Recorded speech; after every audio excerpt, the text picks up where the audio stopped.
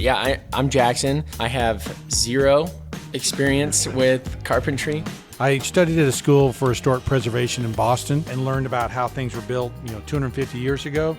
There's a long way to go. I'm nowhere near the top. Not that I thought I was, but there's so much more to do out there. Welcome back to the Passion for Craft podcast. Today, we've got some fun stuff that we have all come together that aren't full episodes necessarily, but they just all had some interesting merit to them and some interesting things to be brought up. So we're going to talk about a bunch of random stuff here, and we're going to chase down some rabbit trails, and we'll see where it goes. So join us on this journey of discovery. And yeah. So I think we start off with what we have on the screen. Made our producer Austin jump through about 67 hoops, and he's in the middle of doing a back bend with his toe on the remote control for the TV, and then his hands are on the computer. So it's like a lot of stuff going on right now. But Richard, do you want to introduce this guy? Yeah, so speaking of rabbit trails, so you have these rabbit trails like when you're on YouTube at 3 a.m., Oh, yeah. And you're just clicking on the next thing. So years ago, I found this video that we're going to look at. I don't know how it just came up on the next thing I clicked on. But I always remembered it because in the video we're about to watch, this guy is like a marketer for this trailer company for these little RV type vehicles. And he's like trying to show off like how good their system is. But I think it completely backfired. But the reason I thought of this is because yesterday we were talking about like production style builds and stuff, and this essentially is like a kind of a small scale of what I think of like production home builders. You know what I mean? Like it translates over. As you see it, you'll see why. So my name is John McDonald. I work in the marketing department here at Jayco, and we are about to enter one of our manufacturing facilities we call Plant 62, and it's home to the J-Flight travel trailer. And we're going to watch them build one of these from beginning to end. The first thing we're going to do is we're going to build the floor, and we're going to mount it on this frame right here. Okay, here's where we build the wooden floors. That will be what we call the subfloor. It goes underneath your carpeting and your linoleum. These guys are going to assemble the wooden floors, and then we're going to pick them up and haul them over and mount them on the frames that we saw a moment ago. Okay, this is the station where they actually attach the floor to the frame using lag bolts. This gentleman also opens up the heating vents in the floor so that your heat will eventually come up through the floor once you've got your furnace done. At this point, all the tanks and plumbing lines and the propane lines have been First of all, installed. can you pause it? You can There's no way that many guys work on a trailer. I was going to say, are they? They're all like, I want to be on the video. I'm just laughing so Sorry. hard because the guy has like a nail gun, like doom doom doom, and then there's like another hand with a caulking gun, like right next to him. I'm like, what? Sorry. Well, also, what? Okay, sorry. They do that with the frame flipped upside down. Now they're flipping it back over. So dangerous. Oh, Set it down in some carriages that ride the floor from this end of the building to the other end. I thought that guy was about to get landed At on. this station, they're going to apply the vinyl flooring, or what most people call linoleum, to the floor, and then, of course, come back with carpet pad and carpeting in the areas that are supposed to receive carpeting. They're also bringing some plumbing lines and electrical lines up through the floor. The cabinets and the interior walls are built upstairs in our cabinet shop, and they use this chute or slide to lower them down to the station on the production line at which those items are installed on the floor, and that's what's happening right here. This is the station at which they begin installing the sidewalls, and you can see them bringing one in here right now. God. The sidewall is built offline, brought over on a crane, and as you can see, 3 guys are mounting it up on the frame where it will be installed. At this point, they've got both sidewalls and the front and rear wall on. They're lowering down the scaffolding that the folks will use to stand on while they install the roof from above. They actually build the roof right on the unit after the sidewall. Oh my gosh. First, they'll insert the ceiling panel. Better get it quick. And then from It's going above, away. They'll put the wooden trusses across the roof. They'll run wiring and air conditioning ducts through the trusses. They'll put down insulation, and then they'll eventually cover the top with plywood decking. This gentleman is running wiring from the pigtail at the front of the trailer, which will hook up to your tow vehicle, all the way to the back so that when you put on your brakes or put on your turn signals, you see those indicators on the rear of the trailer. At this workstation, you can see the wiring has been run through the walls now, and this gentleman is inserting or gluing to the sidewalls the fiberglass insulation. Then they begin doing what we call hanging the exterior metal. It's similar to hanging metal on a house, except that they start from the top and work their way down. After the metal's been installed, they have to come back and route out the holes where your windows, your entrance door, and your storage compartment access doors will be. At this station, they install the front diamond plate. They also start putting on the decals, front and rear, and they install the marker lights and the porch light on the sides and the front and rear of the units. At this station, they're installing the entrance door, the windows, and what we call the storage compartment doors. Just push it in. This is the point at which they begin installing the appliances inside the unit. Look how many people are there. It's crazy. They look Amish. At this station on the exterior, Dude, of each trailer, there's they're literally a what we call video. patio awning, which goes on the door side of the trailer. And inside, they're hooking up the air conditioning and installing the valances around the windows. They're also beginning what we call final finish, a part of which is going around and auditing the units, that is checking them to make sure that there's no excess of caulking that needs to be removed. At the same time, there are folks inside trimming out the unit. They're putting putty in some of the holes where you've got nails, and they're also just doing some Amish. general cleanup work inside. This is the point at which the bed mattress is inserted into the trailer, as well as the dinette cushions, which are made in our own sewing department here at Jayco. And here we are, roughly over 6 hours later, a completed trailer, 6 hours from the time we started back there with that black frame at the beginning of the production line. And they'll build 32 of these today. 32 32. today. Austin, can you look up Family Guy Amish fight? And that's how I see like that's Peter fights the Amish. This is the vibes that this gives me. Suck on this, you furry little weirdos! It's this part.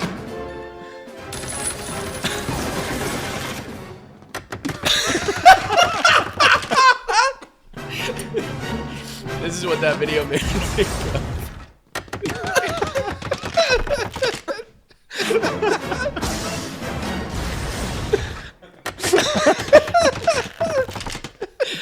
Enough of this crap! It's just there's so totally. Family Guy is the most irreverent, funny show. Oh my gosh. Yeah, Seth MacFarlane knew what he was doing. But I mean, that is what those guys were doing in that factory. They literally that one frame in the thing where they're like, now we're gonna start putting in the interior, and like the cabinets are sliding down from that top, and then I mean, golly. Well, he said they're gonna do 32 of those in one day. That is insane. Well, they are if they got 8 of those guys in there. I mean, they were it felt like, and I wanted to like go back and watch that video again and see if the same guys were in every frame. If it was kind of like you were saying, where all those guys are like, I want to be on camera. That factory looked huge. So maybe they were all doing that. It just makes me think of this one when I was doing my business, just getting started. I reached out to this company called ProBuild. They got bought by BFS now, but they had some builders there for production houses, and I was like, hey, I'm just starting out. And he's like, all right, yeah, as long as you have insurance and if you and your team can do 8 houses a day, we can talk. I was like, 8 houses a day, like what? That's wild. Like What were you doing? Trim? trim. So So base trimming trim a out house. 8 It would be nothing custom. It would be setting doors, casing doors, baseboard, maybe window stools. That's it. And he said 8 per day. How And I many was like, would you need to do? I don't know. I never pursued it. Could you have after done that. one? If you and One John in a could have day. done one in a day. I think we could have done 2 because they're so basic. Okay. No, I don't know because setting doors takes a little. Yeah, probably 1. Yeah. Probably if you got faster, maybe you get 2. But that's what made me think of it. It's like just fast, quick, get it done. Well, that story, your story reminds me of Gary Katz. Them figuring out how to Yeah. What did they get? 25 cents for a door or something? Yeah. It was something. It's Yeah. like you're like, what? So they had to get as many as they could done in a It day. requires a different focus on building. I don't know if those guys. Surely those guys don't run around like that. That was the biggest thing that yeah. was shocking. Is like they were moving with such like vigor. It was like there's no way they are continually all day going at like the like Yeah. rate like. That's like cardio. So how many vascular. nails do you need in a freaking wall that's I love how on that Family Guy they just look at Peter when they're done. yeah. What else?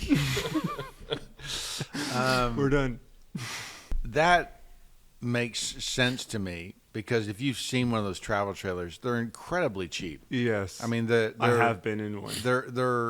they're incredibly cheap and just They're depressingly cheap. Yeah. I don't want to be in it. What- you One of don't my wanna be in buddies- it. And I do what? Well, I was going to tell about Will. He lives in one of those full time at the Allsops. So Well, he's lived in the same one for like probably 5 years.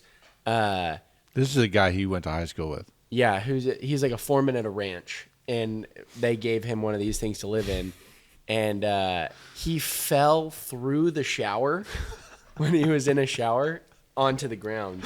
It was like. So I guess just over time, like 5 years of living in it every day, takes a toll on Yeah. it. So the OSB got too wet underneath. right, exactly. 5 years is the clock time on one of So those things. I sit there and like we were talking about it the other day and we were kind of going that marketing guy because you were telling me the comments are pretty. Oh, the comments are pretty bad. hilarious. Yeah. And so I guess I look at that and I look at those travel trailers and I'm like, yeah, that's probably how they do it. Yeah. You know, I guess I'm if I'm that Amish kid, I'm like, Dad, is this really what I should be building? Right? It's just that is some crap. Mm-hmm. I feel like it translates to production houses. Like when we went to that. Yeah, 100%. Because you walk in and you're like, yeah, that's about how they do it. You know? Yeah, Like same the statement. and that was the other thought I had is that how close is this to production housing in the future where Well, that's what I was thinking during it. I was like, dude, name any production builder. They would love it if their houses could be done with that efficiency. Like Oh yeah. getting a house done in 7 hours. Are you well to kidding be me? able it didn't be able to we did 32 today. Yeah. Or like our rate is like, dude, just the stats and the numbers on getting a certain amount done in a day, bro. They would love that. It's also kind of funny. There's the this is another video, Austin. So I see you've got this Levittown video up here, but it's just kind of the compare and contrast of that's today's version of the drywall cutter guy video, like the guy installing the drywall for the first time. They're like, "This is cement carbide," or whatever it's called. You know what I'm saying? Dude, watch this video. Building of a house in one day I You got the nailed the voice, right? accent. Little Levittown. seconds by stop motion photography. But stop. I'm trying to talk about it. Oh my gosh.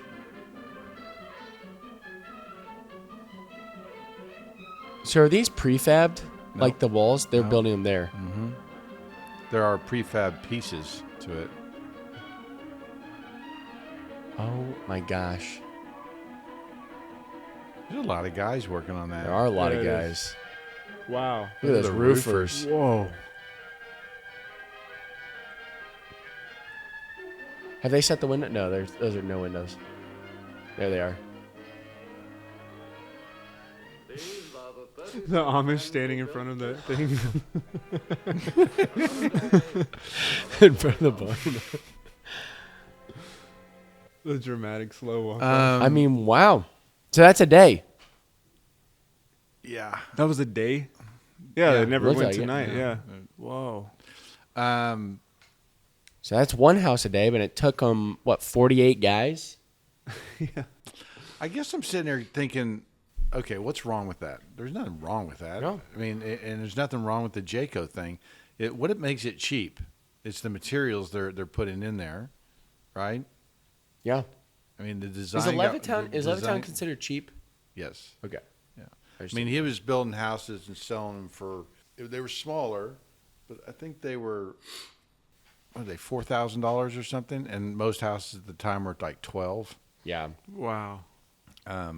It was cheaper. If only, man. If only. But where do you like when we sit there and on this show, Passion for Craft, right? And we look at the Jayco thing, we go, well, that's not a passion for craft. But it's also like I sit there and look at individual things. I think it's smart the way they built it, right? I think it's or it's a very efficient the way they built it. No, it's smart. And I don't think that they're, there's no craftsmanship necessarily there.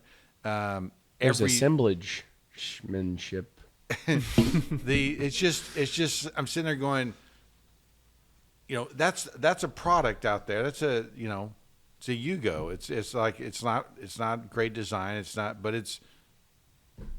I don't know. I guess I sit here and can't get real critical of that. I mean, we're certainly building a different product, but I want to turn the lantern on him and go, "Who are you and what have you done with Brent?"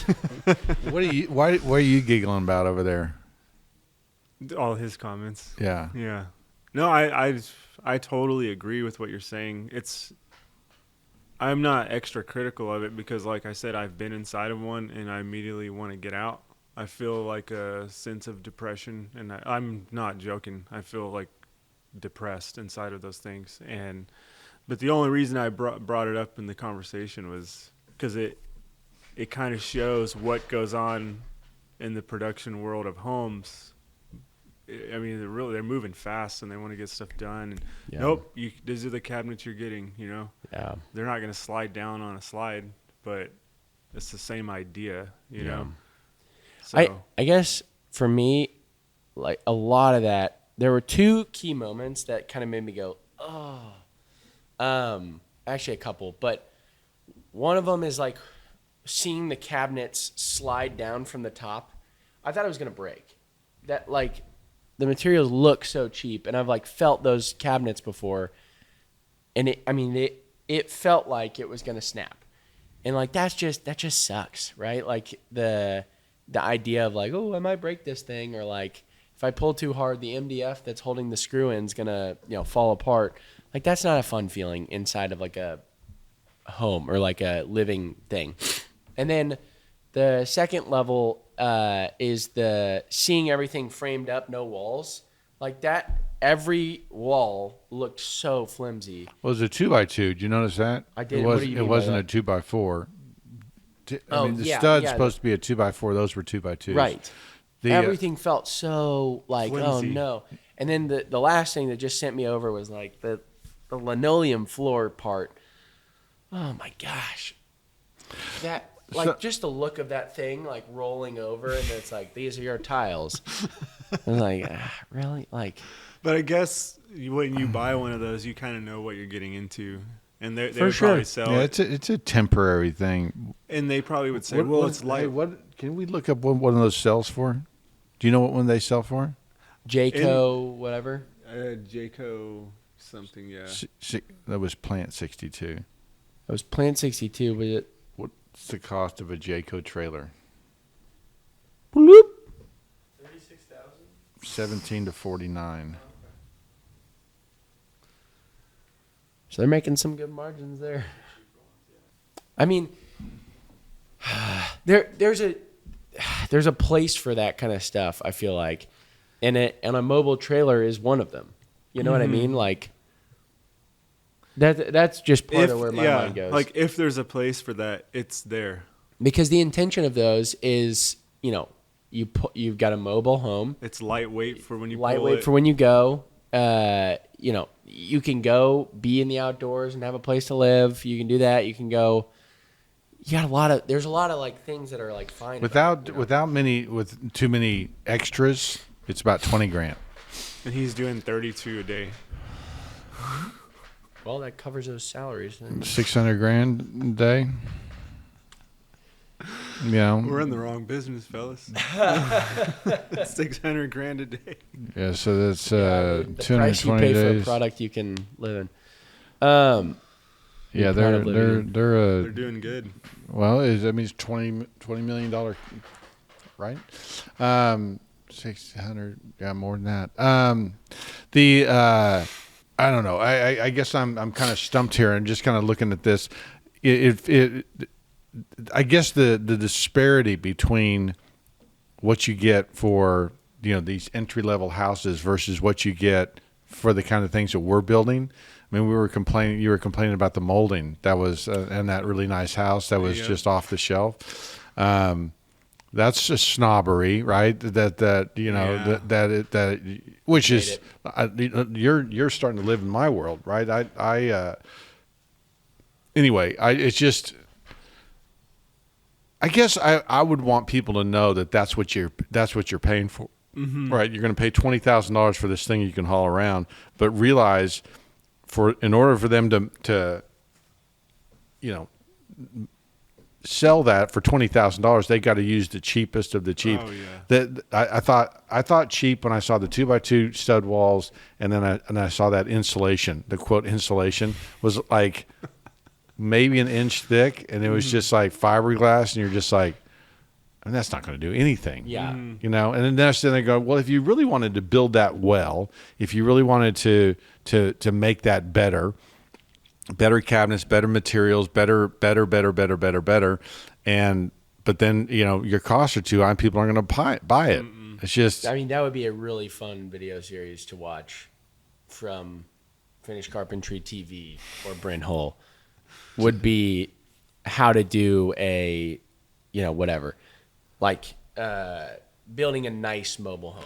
Or like we tried to do this. A very big architect brought us a job working for the White House. Okay, there's the White House never heard Association. Of it. What is that? Like, what would that be?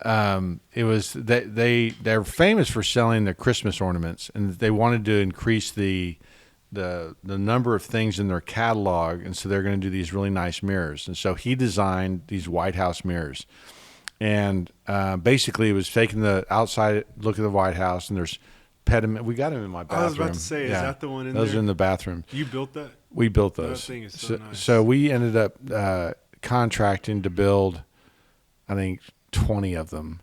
And we basically, okay, if you're going to build it well, this is how we're going to do it. We're not going to carve those ornaments. We're going to make them in plaster. We're going to pre-make all the different parts. We're going to try to get as efficient and quick as possible on these things. And our costs were like $800, or, and we worked it down to the number of hours. Well, in order for us to sell it for $1,000, that means they're going to resell it for $2,000, and no one bought them. No one's going to buy them. Yeah. And so, super well designed, custom plaster ornaments, hand built, finished, and we couldn't sell them because they were too nice. And that was an example of, us trying to do really quality. And when most people just want resin, if we had sent it to China, they would have made it in resin and, put a mirror behind it and sold it for $250. And it might have sold then, but it would have been made out of resin. And so it's crazy. So that's the same thing going on here. He can't. There's no way he'll go out of business. Yeah, I mean, they're just not going to sell. And anyway, it's just so I sit there and I go, yeah, no, that's kind of the state we're in. I go back to pre World War II, when before Levitt was building houses cheap and fast, and the home ownership was 40%, and then after Levitt, after production building, went to 60%. Well, that's a ton of people who are appreciating living in their own house, even though it's cheap. And so you're like, well, yeah, that's the dream of the American house. It's just cheaper and cheaper and cheaper and cheaper. And that I think we're on a trajectory that we could be in trouble. So there's not going to be a whole Jayco collaboration coming anytime soon. That'd be crazy to see this like immaculate Georgian hitched behind a truck. Well, I guess A temple, a Greek temple. well, the question then becomes, what do you do the outside out of? Right? Like, let's just say you do like the inside, obviously wood, trim, like well done, all that stuff. What's your outside? Is it still the aluminum siding? I think because of the positive vibe of like the silver streams and the things that are retro and cool. Yeah. I think metal siding's good. Would you do like Winnebago kind of thing, like where it's like more curved look, or how would you do I it? don't mind. I would. Yeah. I mean, I don't know. I'd have to sit down and think. Well, about come it. on, think about it. Wednesday video. Yeah. I'm redesigning this Jayco. People are like, "What? You're running out of ideas." See, the other thing that they're probably up against is toe weight. I was thinking about that. And so Yeah. you put these quality materials Hardwood in there, flooring. and and all of a sudden it weighs too much. And not You only need like is it too expensive to buy, but people can't haul it. You need a tractor to haul it. Because I bet there's a lot of people without pickup trucks that still want to haul that thing around with a Jeep, right? Just ruin their transmission trying to haul What was just that about the Jeep? I've got a Jeep. Oh, okay. So anyway. Jeep, all right, baby. what's next? Well, you've got your little book club. I guess, Okay, Austin, we yes. can relieve you of video duty if we can watch these 2 TikToks really quick. Is that okay? No, that's okay. If we watch these 2 TikToks that I send him first, Yeah. he can then be off of Yeah. video stuff and He lost get it. working on some next stuff. No, it's over. It's over. Hit Command Tab. Okay, so basically I saw this. This is a company out of England. And these guys are giving an update on their quote unquote tiger project. Now it's a landscaping video, so it doesn't quite, apply, but I mean, you'll see the part that made me pause. Yep, this part. I was like, oh, wait, what is happening? So they've taken down this wall, ground up the brick parts. So they're and everyone in the comments is like, "Thank you for reusing the bricks. Like, we really appreciate." And they're just pouring concrete over like what? What do you mean reusing the bricks? Like that is the worst way of reusing brick. Wow. Now, instead of that wall that they just tore down, this is what they're building. They tore down a brick wall and did that. And yeah, so it gets worse. Now, this is a 3-minute long video, so there's a little bit like we can skip ahead, but like, so their landscaping stuff is like, yeah, fine. But one of the comments was like, could you not have just re-angled the same brick wall, like reused the bricks and re-angled the wall? And I mean, like, look at that. The way those 2 things go together, the caulking, they're covering up the brick wall. Oh my gosh. What are they doing? So, I mean, basically past this point, Austin, it is really, truly just them doing more landscaping stuff, and there's less of a focus on whatever. But go to the final result, because it's like, yeah, this is fine, but also what they had before with this brick wall and this beautiful thing is like, what are we doing? I hate that fence. What are we doing? Yeah. Okay.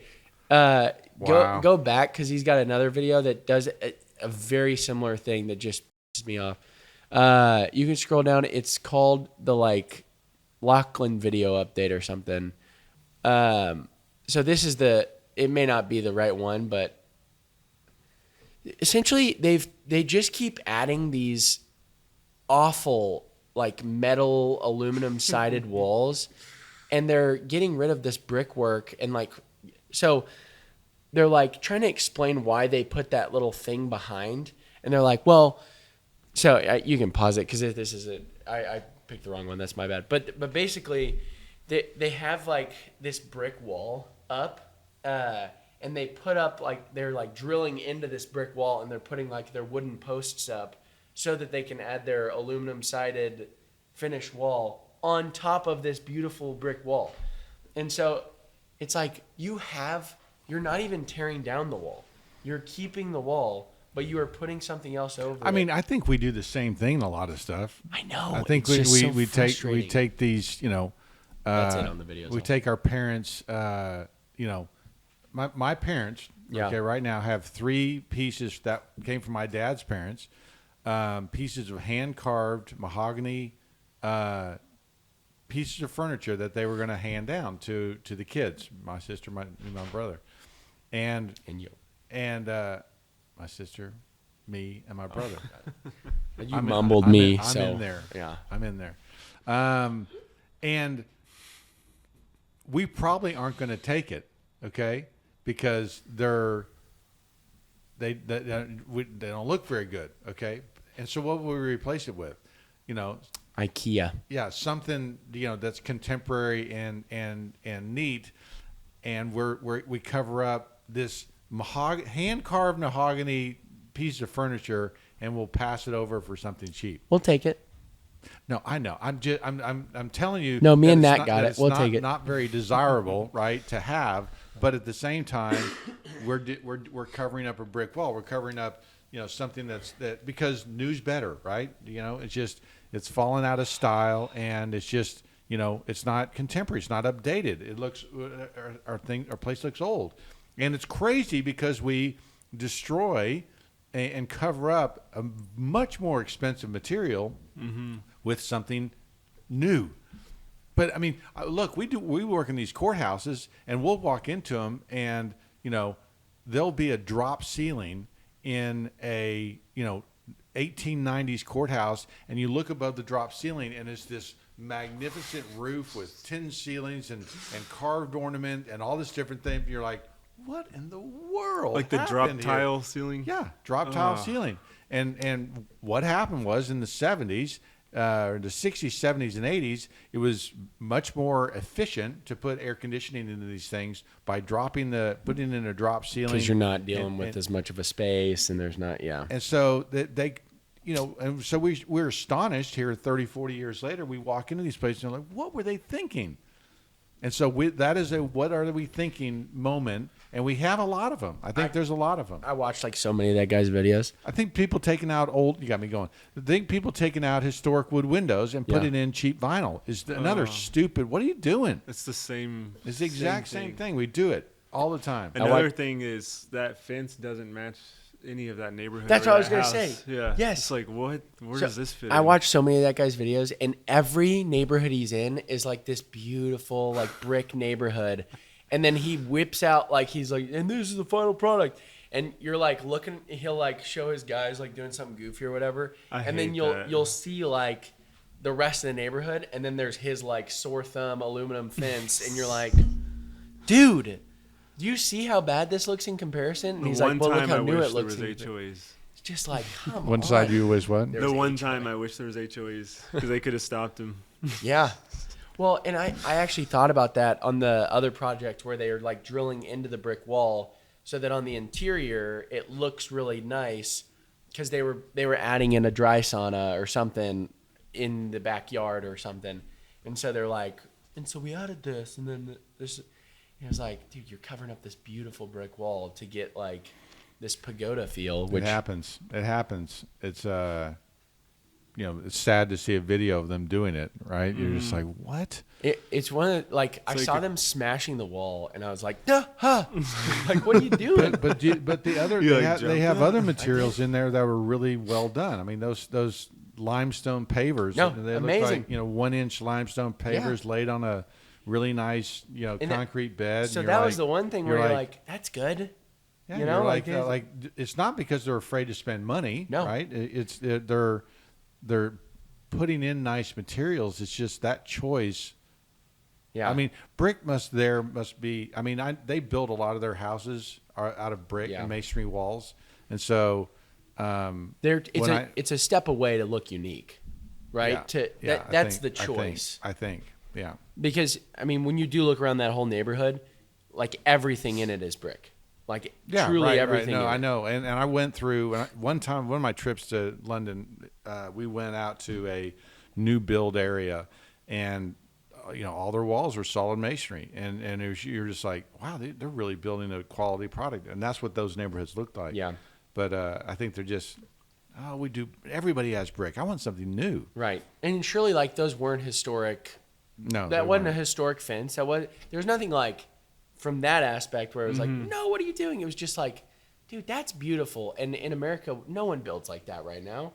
Or like very few people build like that right now. It's amazing to me how cheaply we build compared to Europe. I was over in Ireland, and every house, cheap house, and you could tell they weren't very big. Where everything else in Ireland's a fairly inexpensive town. Every house had a stone wall in front of it. Stone pedestals, stone on the outside of their house, and you're just like, you would never spend money on a stone wall in front of a $300,000 house. They're just like the cost for that would just be so high. And then you start looking at how they build, and there's an expectation or a level. We went to Portugal, it's the same thing. They were building with really quality materials, and I think there's a tradition there of masonry that we don't have. That was the other aspect of it too that I was going to say. Probably, in America we don't have these stone walls in front of our houses and everything, but a big reason for that is probably there's no desire, and then those masons, they move away and they're like, well, no one really wants it, and then there becomes the specialists who are left behind, and it's like, well, you can get it really well done, but you can't get it fast, cheap, and efficiently because not everyone does it. Well, I mean, and that's true with a lot of things. There's like masons in Texas. We got masons out the wazoo. Really? I go up to another part of the country, Kansas, and it's like, man, I wish we could do masonry like you guys do. It's like, what does that mean?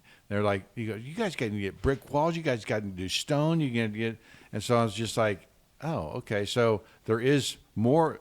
Apparently, Texas is one of the biggest brick markets in the country.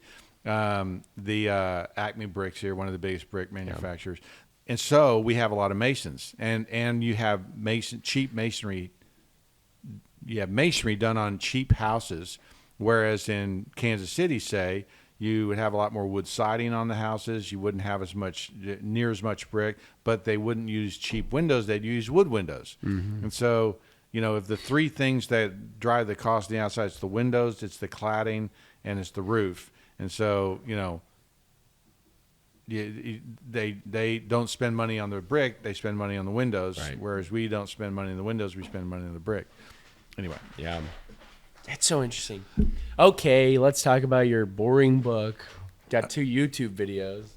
Well, so what Jackson's joking about is this wonderful book, okay? So Mastery, George Leonard, the author of The Way of Aikido, the keys to success and long-term fulfillment. So the next 10 minutes, Brent's just going to read from this book. Chapter 1. So here's the deal. My daughter, Gigi, gave me this book, and I read it and loved it, okay? And basically it's about, how some guys, and especially for builders, this is important because we get burnt out, okay? And, talking about Richard, that he was at a point of burnout, okay? And then he's kind of been re-inspired and growing. And so he describes that how different people approach, say, building. Let's just use that as an example, that there's guys that are all in, real excited. They're going to do everything. They're going to be the greatest. They're going to do all this stuff. And then they peter out and they go away. And then there's guys that do really well. They can achieve something, and then they peter out and go away. And that mastery is in that saying, I have long obedience in a similar direction, is what that whole concept is about, is that there are periods in your careers where you're going to hit these plateaus, and the real masters are the ones that manage the plateau, run through the plateau, and then hit and get a new level, right? And you hit a new level with the work that you're doing now. And so, anyway, this book, I gave this to my youngest daughter, and she read it, and she goes, "Dad, you know what you ought to do? You ought to have one of your episodes, going through, because I have the book drops."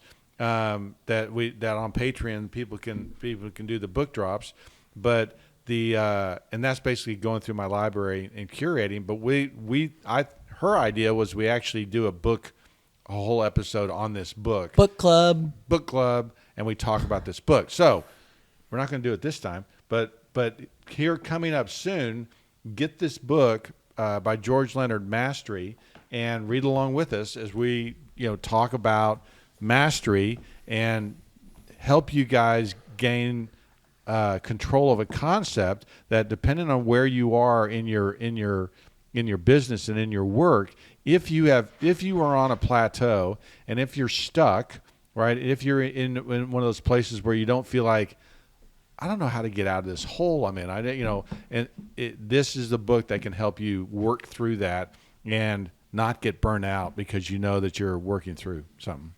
Just to give you some inside baseball as to when you can expect this from us, I guess you're going to hear about this. Should we do a Patreon post about this specifically of like read this book, Sure. get ready for the next? Okay. So you're going to hear about that from the post probably first in the Discord and in the Patreon. And then you will see it, this episode, probably a month after that post, like, a while after that post. And then our next, so this is like, I would say 3 or 4 episodes from now, you should expect an episode on this. Maybe 2 or 3 episodes from now, you should expect that. Just so you know, you've got a timing of when to get ready for the book club, so you can kind of participate. And I think a lot of the comments will be fun to hear from you guys, where you're at in the book, and kind of what you're. So I've learning given from a it. copy to Richard the reader, Jackson, and Austin. We And can't stop Richard from reading. We're all going to read it and discuss. discuss. So Condescending son of a guy. I think the hardest part about getting Richard to read this book is going to be he's just got so many other books that he's working on. Yeah. Well, I've actually collected a lot of books based off your recommendations of historical books. Yeah. But I hunt for a lot of books with a lot of pictures in them. Yeah, yeah. And they're Comic books, yeah. No, they're building books. I have this one called Period Homes and Their Details. It's my favorite book. Look at that. Wow. Right there. There's a picture. There's another one. Awesome. So- you got a lot to look forward to, Richard. On what you just said, I know we're about to wrap it up, but at your level, master builder, do you get burned out still? That's a good question. That is a good question. Or have you arrived at the top of the mountain? And you found It me is a there the whole long time? obedience. I got more burnt out earlier in my career, okay, at different times. But a lot of that was due to struggles I was going through, right? You have a difficult client and they just, make life and you want to quit, right? Mm-hmm. I mean, my wife can attest. There has been many times in my career, many, many, many times, especially, the first 15, 20 years when I had a partner that screwed me. I had, different things happen that made me want to quit. And I wanted to go back to teaching in high school and coaching, but also just going back to being a trim carpenter, not owning the business. Just let me just go trim a house. Let me just go do that stuff. That was more peaceful and less stress and stuff like that.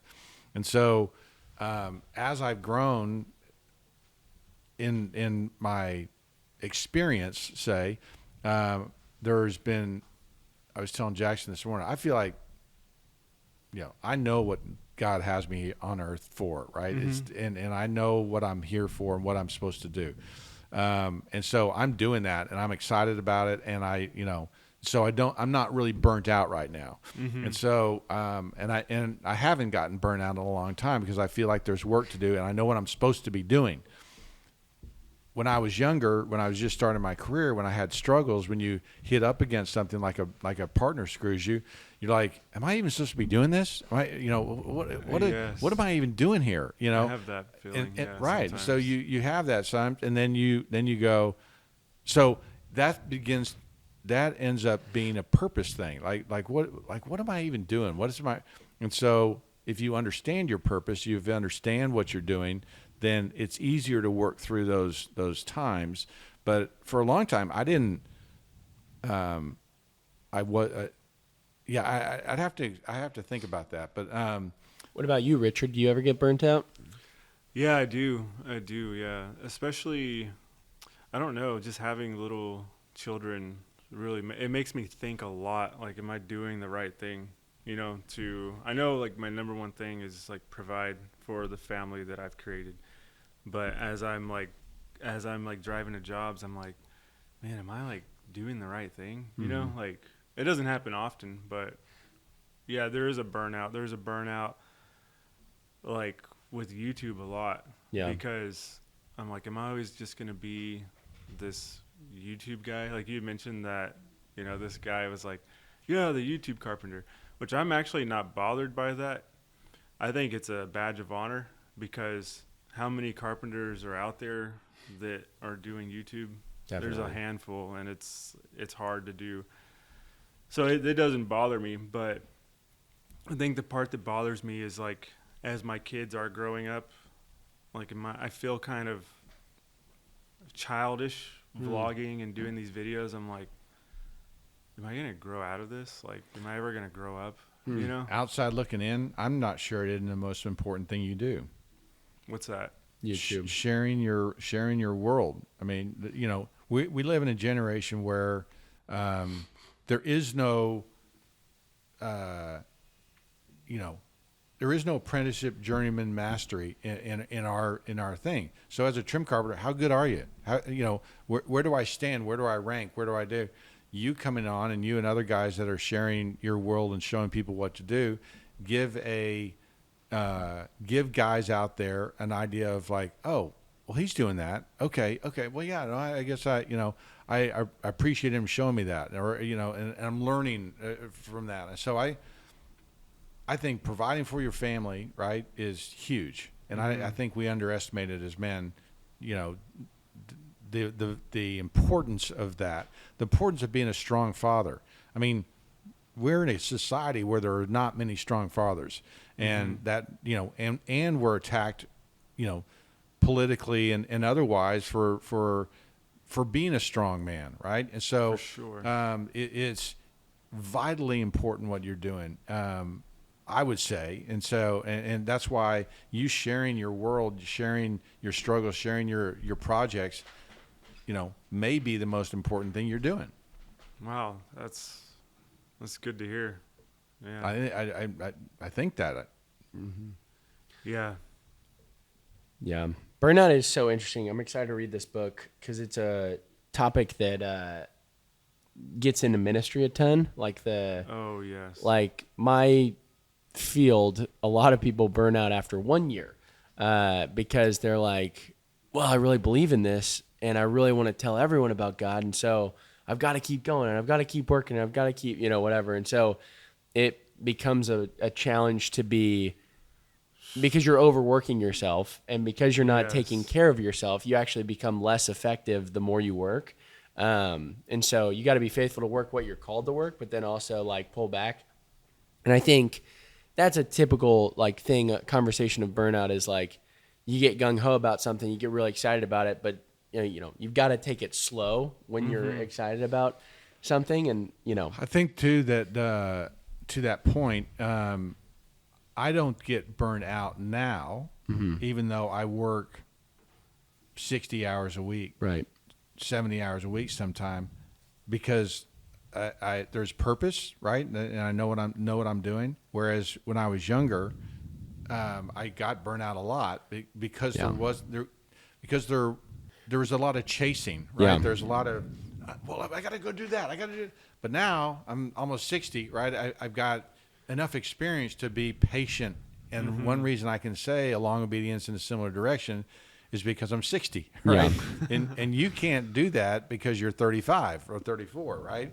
It's hard for you because you're not 60. Yeah. Yeah. The other, you know, you mentioned this, and I was gonna bring this up. There's a really awesome guy named Jeremy Kubicek, who does like business development, and that's like his whole thing. He's created this program. It's called the 5 Voices Test. It's really good.